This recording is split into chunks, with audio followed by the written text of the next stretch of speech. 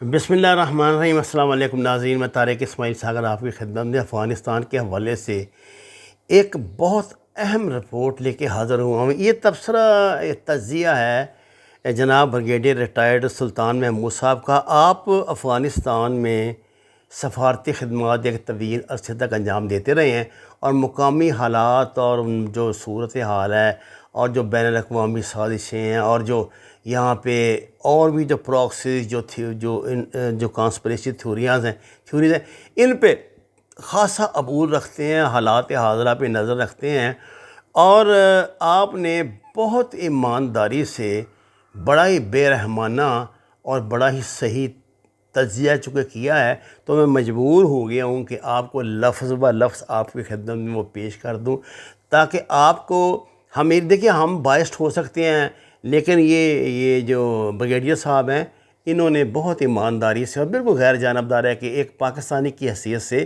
اور ایک ڈپلومیٹ کی حیثیت سے جو تبصرہ کیا ہے، یہ میرے خیال سے آج کے دور میں اس سے بھرپور تبصرہ میں نے نہیں دیکھا۔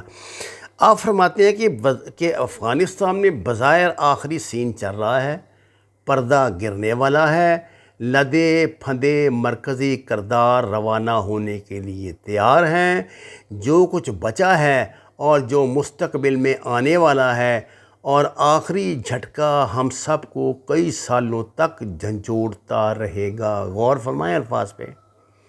خطے میں غیر یقینی حالات اور افغانستان میں خانہ جنگی ہو سکتی ہے۔ پراکسیز میں تبدیلی طویل عرصے سے جاری ہے اور مستقبل میں اپنا کردار ادا کریں گی۔ فوجی، سیاسی، اخلاقی، سماجی اور معاشی شکست کے بہت سے چہرے ہیں۔ امریکہ اور نیٹو ان سب کو گھور رہے ہیں۔ آپ میری بہت درخواست ہے، پلیز بہت غور سے لفظ سنیے۔ آپ کہہ رہے ہیں کہ سیاسی، اخلاقی، سماجی اور معاشی شکست کے بہت سے چہرے ہیں۔ امریکہ اور نیٹو ان سب کو گھور رہے ہیں غصے سے اور دان چباتے ہوئے۔ سب سے اہم بات، پک اپ ٹرکوں اور چھوٹے ہتھیاروں سے لیس موٹر سائیکلوں پہ بیٹھنے والے قبائلی قوت کے ہاتھوں امریکہ کے اخلاقی موقف کی شکست، دہشت گرد تنظیم قرار دیے جانے والے نیٹ ورکس کے ساتھ بیٹھ کر امن کی بات کرنا، جنگ میں اخلاقیات کے پہلو کے بارے میں سوال اٹھاتا ہے۔ بڑا مشکل مرحلے ہوتے ہیں۔ یہ امریکہ کا بہت بڑا امتحان تھا، جس کو مجھے نہیں پتہ انہوں نے کیسے فیس کیا ہے۔ طالبان کی حاصل نفسیاتی برتری کے بہت سے مضمرات بھی ہیں۔ یہ بہت قابل غور ہے یہ بات۔ فرماتے ہیں کہ شاید ان گزشتہ 20 سالوں میں سب سے مناسب سبق طالبان کی جانب سے مقصد کی یکسوئی ہے۔ کیا بات ہے! کسی نظریے کو شکست دینا تقریباً ناممکن ہے جب تک کہ رہنما اس سے غداری نہ کریں۔ یہی کرائیٹیریا تھا طالبان کا۔ سبحان اللہ! پڑوسی ممالک کو اس بات پر توجہ مرکوز کرنے کی ضرورت ہوگی کہ متوقع بدامنی کا ممکنہ نتیجہ کیا شکل اختیار کر سکتا ہے، لہٰذا پاکستان کو اس سے پیدا ہونے والے خطرے پہ نظر رکھنی چاہیے، جو اب تک موجودہ جاری عمل پر مذاکرات اور انخلا کے نظام الاوقات میں زیادہ مصروف دکھائی دیتا ہے۔ یعنی ان کا کہنے کا مطلب ہے کہ ہم تو ان دو باتوں میں پھنسے ہوئے ہیں نا، لیکن اور بھی اس کے بڑے پہلو ہیں جس پہ نظر رکھنے کی بہت ضرورت ہے، جو نظر انداز ہو رہے ہیں۔ اور آپ جانتے ہیں ڈپلومیٹ جو ہوتے ہیں جب ایسی بات کرتے ہیں تو اس کا بھی بڑا ایک پس منظر بھی ہوتا ہے۔ میں آگے خدمت میں عرض کرتا ہوں۔ وضاحت ہماری تیاری میں مدد کرے گی۔ سبحان اللہ! اس سوال کے جواب کے کئی پہلو ہوں گے، لیکن اس کا تعین ضروری ہوگا کہ مغربی قبضے کے خاتمے کے ملبے سے کیا حاصل کیا جا سکتا ہے۔ That's the point. یہ ہے وہ پوائنٹ، یہ ہے وہ لائن آف ایکشن جس پہ سب سے زیادہ توجہ دینے کی ضرورت ہے کہ یہ ڈھیر پڑا ہوا ہے نا یہاں، اس کا انبار پڑا ہوا ہے جو اس قبضے کے خاتمے کا، اس کے اندر سے دیکھیے اس خاک کی تہ سے ابھرتا ہے کیا۔ سیاسی میدان میں کابل میں شمالی اتحاد کی حمایت سے ایک حکومت ممکن ہے، تاہم شمالی اتحاد کی اپنی دفاعی لائن کابل شہر کو مرکز کے طور پہ تصور نہیں کرتی۔ وہ ادھر ہی پنجشیر کو ہی دروازہ سمجھتے ہیں سینٹرل ایشیا کا۔ اس کی جغرافیائی لکیر وادی پنجشیر، درہ سالانگ، بدخشان، بامیان، سریپل، بلخ، جوزجان، فاریاب اور ہرات پر مشتمل ہے۔ شمالی اتحاد کو اس سے کوئی فرق نہیں پڑتا اگر کابل طالبان کے قبضے میں آ جائے۔ مشرقی صوبوں نورستان، کنڑ، ننگرہار اور پختیکا میں داعش، خراسان اور پاکستانی طالبان کی پناہ گاہیں ہیں۔ ناظرین کرام، ایک فقرہ جو سونے میں تولنے والا ہے، اور یہ جو آپ کو انفارمیشن میں اس میں بلاگ میں دے رہا ہوں، واللہ 500-600 کتابوں کے مطالعے سے مل سکتی ہے۔ حقانی نیٹ ورک زیادہ تر مشرق میں اثر رسوخ رکھتا ہے، جبکہ وسطی افغانستان کے کابل، غزنی، وردک، پختیکا اور خوست میں بھی کچھ موجودگی رکھتا ہے۔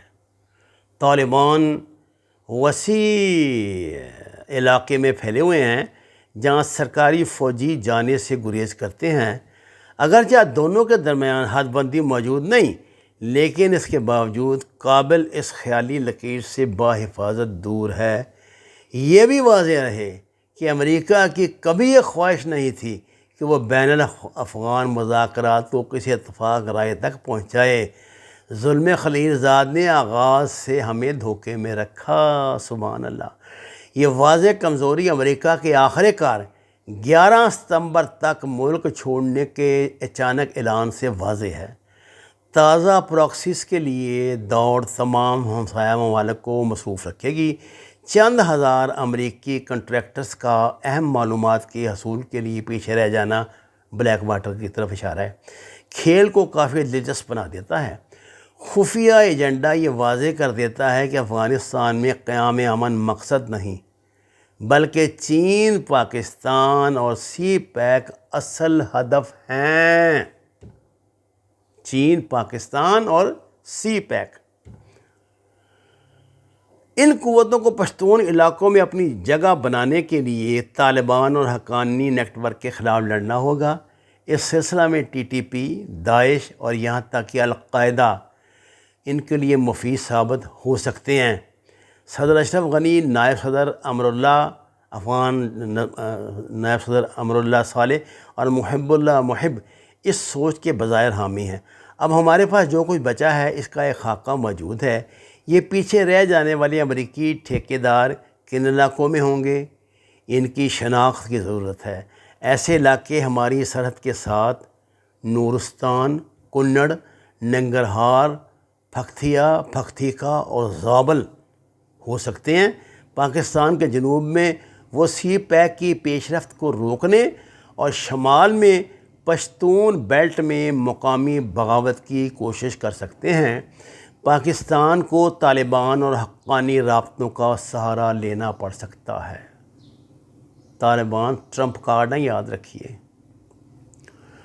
امریکہ افغانستان کو 2 دہائیاں قبل اس پر حملے کے مقابلے میں زیادہ ٹکڑے کر کے چھوڑے گا۔ ناظرین، ایک لفظ سونے میں تولنے کی قابل ہے۔ اس سے پاکستان کا موقف سر دست درست ثابت ہوا ہے۔ امریکہ کو 1 دہائی یا اس سے زیادہ عرصہ قبل طالبان کے ساتھ بات چیت شروع کرنی چاہیے تھی۔ کابل کے ارد گرد کی سیکورٹی کی صورتحال کو سمجھنے کے لیے شمالی پلینس کے کمانڈروں کو دیکھنا ہوگا، جو اب تک پنجشیری اور شمالی اتحاد کے ساتھ تھے۔ تاجک، پشتون، عرب نژاد یہ کمانڈر کابل کے درہ سالانگ کے کوتل خیر خانہ سے جبل سراج تک پھیلے ہوئے اپنے علاقوں کی حفاظت کرتے ہیں۔ یہ 6-7 کمانڈر مزید لڑنا نہیں چاہتے، لیکن دباؤ میں ایسا کر سکتے ہیں۔ اس میں کابل کے دفاع کی کنجی ہے، جب یہ دروازہ کھولا گیا تو اس سے سقوط کابل اور شمالی اتحاد کی ناکامی کا راستہ کھلے گا۔ اسی طرح کی صورتحال ستمبر 1996 میں دیکھی گئی، جب احمد شاہ مسعود بغیر کسی لڑائی کے پیچھے ہو گئے۔ طالبان اور شمالی کمانڈرز کے درمیان معاہدہ سی پیک اور پاکستان میں بدامنی کو روکنے کی صلاحیت رکھتا ہے۔ طالبان نے جس طرح کارروائیاں شروع کی ہیں، اس سے پتہ چلتا ہے کہ وہ کابل پر قبضہ کرنے کی جلدی میں ہیں۔ جس دن طالبان کو مفت راکٹ، زمین سے ہوا میں مار کرنے والے میزائل سسٹم یا ملٹی بیرل لانچر ملیں گے، حالات بدل سکتے ہیں۔ طالبان کی دفاعی فورسز طالبان کے ساتھ لڑائی سے اجتناب کر سکتے ہیں۔ اب تک کی صورتحال میں جو پہلو سامنے آئے ہیں وہ یہ ہیں: نمبر 1، امریکہ اپنے پیچھے ایک ٹوٹا پھوٹا ماحول چھوڑ کے جائیں گے۔ نمبر 2، ایک جغرافیائی تقسیم قابل دید ہے۔ نمبر 3، پاکستان میں خصوصاً خیبر پختونخوا میں سی پیک نشانے پہ ہوگا۔ نمبر 4، کابل حکومت اسلام آباد کی اچھی نیت کے باوجود سے بدنام کرتی رہے گی۔ نمبر 5، ٹی ٹی پی، داعش اور القاعدہ کے پی اور بلوچستان میں استعمال کی جا سکتی ہے۔ پی ٹی ایم جیسی تحریکیں مسائل پیدا کر سکتی ہیں۔ نمبر 6، ٹی ٹی پی کو عام معافی کے ذریعے کمزور کرنا محض ایک خواب ہے، یہ دوسروں کے اثاثے ہیں۔ نمبر 8، کابل حکومت کی کمزور ہوئی گرفت کا ٹی ٹی پی کی فنڈنگ اور عزم کو متاثر کر سکتی ہے۔ نمبر 9، شمالی اتحاد نے بار بار اسلام آباد کی پیشکش ٹھکرائی ہیں، وہ تبدیل نہیں ہوں گے، تاہم پاکستان کو اپنی کوششیں جاری رکھنی چاہیے۔ اور نمبر 10، پاکستان علاقائی تعاون کی تنظیموں کا، جیسا کہ ایس سی او ہے، افغانستان میں امن اور تمام نسلوں کی نمائندگی کے لیے استعمال کریں۔ نمبر 11، ایران، بھارت اور روس افغانستان میں اپنی پراکسیز کی حمایت سے پیچھے نہیں ہٹیں گے۔ پاکستان کو اس کا ادراک ہونا چاہیے۔ خطہ غیر یقینی صورتحال کا شکار رہے گا اور پاکستانی پالیسی سازوں کو اپنے اہداف کے حصول کے لیے اقدامات کرنا پڑیں گے۔ افغانستان عمل پر پاکستان کی مستقل مزاجی، طالبان کے ساتھ مذاکرات پر اس کا بلاگ اسرار آغاز سے ہی حکومت کی صورتحال کو سمجھنے کی تصدیق کرتا ہے۔ پاکستان نے اپنے حصے سے بڑھ کر قیمت ادا کی ہے۔ پاکستانی فوج نے بہادری سے اس دہشت گردی کا مقابلہ کیا ہے۔ اس کی بٹالین دنیا کی کسی دوسری فوج سے زیادہ آپریشنل علاقوں میں فرائض سر انجام دے رہی ہے۔ کیا مفادات ہمیشہ سے فرائض ادا دے رہی ہے؟ کیا مفادات ہمیشہ سپریم نہیں ہوتے؟ آنے والا وقت مشکل ہوگا۔ افغانستان پراکسیز اور غیر سرکاری عناصر کا میدان جنگ بنے گا۔ خطرہ ہے۔